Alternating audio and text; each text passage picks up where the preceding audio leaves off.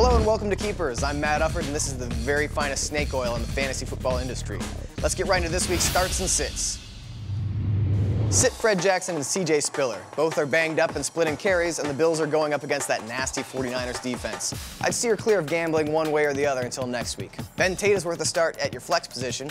Arian Foster's backup has had one great game and 3 no-shows, and I lost one matchup last week because he had a whopping 14 yards in limited playing time. However, the Jets defense is giving up 173 rushing yards per game, second worst in the league.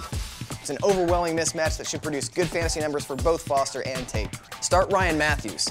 Don't worry about Jackie Battle. Matthews will be back in the starting lineup against the Saints, who are dead last in the league in rushing defense. Consider sitting Brian Hartline. I know, you're riding the rush of getting him off waivers and want to start him right away. While he's obviously got a good connection with Ryan Tannehill, temper your expectations for Sunday. The Bengals defense, though not impressive by any standard, has only given up more than 65 yards to one receiver all season. Start Andrew Luck. The Colts rookie has been throwing the ball about 40 times a game, and while his completion percentage leaves something to be desired, the Colts will have to air it out to keep up with Aaron Rodgers in Green Bay. On the other side of the ball in that game, start James Jones. He's been getting targeted as much as Greg Jennings and Jordy Nelson, and with Jennings likely out, Jones is a good play against a weak Colts defense. Sit Ben Jarvis, Green Ellis. The law firm isn't the most electric runner to begin with, and the underrated Dolphins defense allows a league-low 2.4 yards per carry. Objection. Overruled. And finally, start Ryan Williams. The Dolphins stifled him last week, but with Beanie Wells still out and a more favorable matchup against the Rams, I think he'll finally produce some decent numbers. But before you go making those changes, let's have a reality check. What did I screw up last week? Well, Chris Johnson had 141 yards rushing after I told you to cut him, which is precisely the sort of thing Chris Johnson would do. What an ass. On the other hand, I told you to start Michael Turner, and he had more fantasy points than any other running back, so I'm going to do this for at least another week. All right, we've got 4 weeks of the season under our belts, and I'm finally ready to go to the trading block. Buy low on Tony Romo. The Monday night disaster against the Bears burned a lot of fantasy owners, many of whom will be willing to get rid of one of the better fantasy QBs in the league out of spite. He'll be fine moving forward. Sell high on Matt Shaw. He's a solid quarterback, but the Texans run the ball so well that he never has to throw it enough to produce good fantasy numbers. Buy low on Rashard Mendenhall.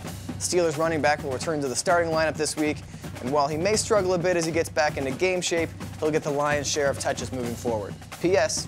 Only owned in 63% of leagues, so you might be able to get him as a free agent. Sell high on Chris Johnson. Johnson got almost half of his 140 rushing yards in the fourth quarter while the Titans trailed by 3 touchdowns. Also, the Vikings defense has held every running back it's faced to fewer than 10 fantasy points, and that includes Frank Gore and MJD. I'm telling you, Johnson only had a good game so he could screw you over again.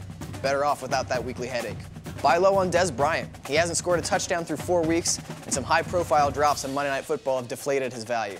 That makes now the time to scoop him up, as he's too talented to not produce in that Dallas offense. Sell high on Vincent Jackson. He's been up and down this season, but 100 yards and a touchdown against a terrible Redskins defense inflates his value a bit.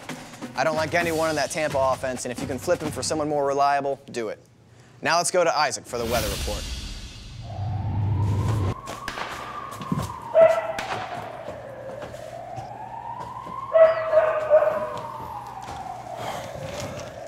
Thanks, Matt.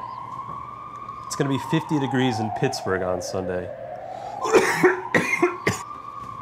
So if the Eagles are going to want to win, they got to stick together, because when it's cold, you got to stick to the ones you know best.